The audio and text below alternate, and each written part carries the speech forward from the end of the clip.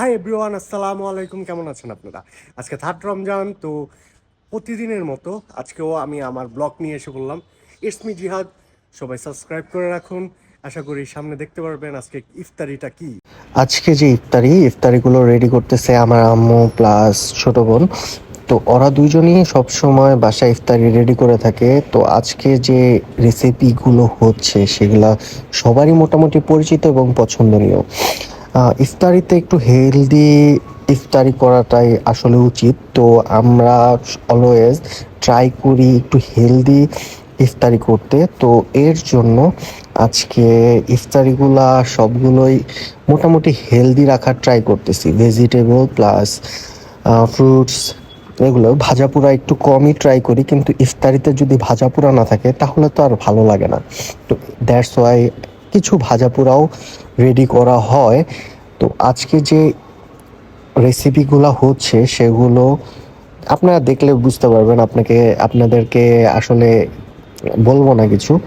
তো আজকে রেসিপিগুলো খুবই মজাদার। দেখতেছেন মাংস দিয়ে গাজর দিয়ে রেডি করা হচ্ছে, আমার ছোট বোন করতেছে রেডি।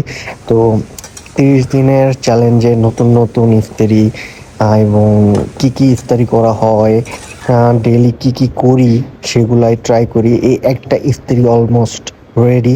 তো দেখতে পারতেছেন কত সুন্দর লাগতেছে ইফতারি। আরেকটা রেডি হচ্ছে, তো সেটাও রেডি করা হচ্ছে। আমার ছোট বোন রেডি করতেছে আর আম্মু ফল ফ্রুট কাটতেছে। তো আম্মু যদিও ক্যামেরার সামনে আসে না, দ্যাটস ওয়াই আম্মু যে ফল ফ্রুট কাটতেছে সেটা দেখানো হচ্ছে না।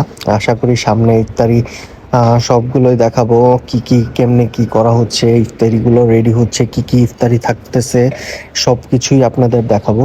তো এই ইফতারিটাও অলমোস্ট রেডি। তো এই যে দেখতে পারতেছেন পাস্তা, আমার পাস্তা খুব পছন্দ। তো এই হলো পাস্তা।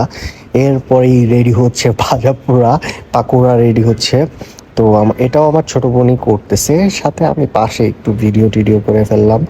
আজকের রেডি প্লেট, এইগুলো আমাদের ইফতারি। দেখতে পারেন এখানে কি কি আছে। তো সাথে আরও আছে আপনার এই যে টোটাল টেবিলের মধ্যে আমাদের আজকের ইফতারি। তো আশা করি সবার ভালো লাগছে। যদি ভালো লাগে তাহলে লাইক, শেয়ার এবং কমেন্ট করবেন এবং সাবস্ক্রাইব করতে ভুলবেন না।